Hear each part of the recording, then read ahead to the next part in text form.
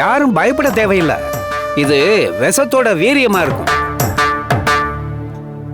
1 வாரம் இல்ல 10 நாள்ல கண் பார்வை தானா வந்துடும்.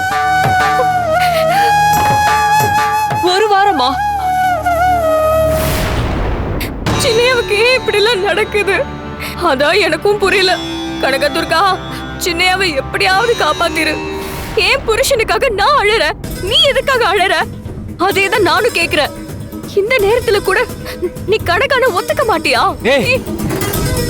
எனக்கு கண்ணு போனதோட சேர்த்து அப்படியே காதும் கேட்காம போயிருக்கலாம். தாங்க முடியல. அம்மா, அசோக் தம்பி கிட்ட ஒரு விஷயம் பேசணும். நீங்க எல்லாரும் கொஞ்சம் வெளியே இருங்க.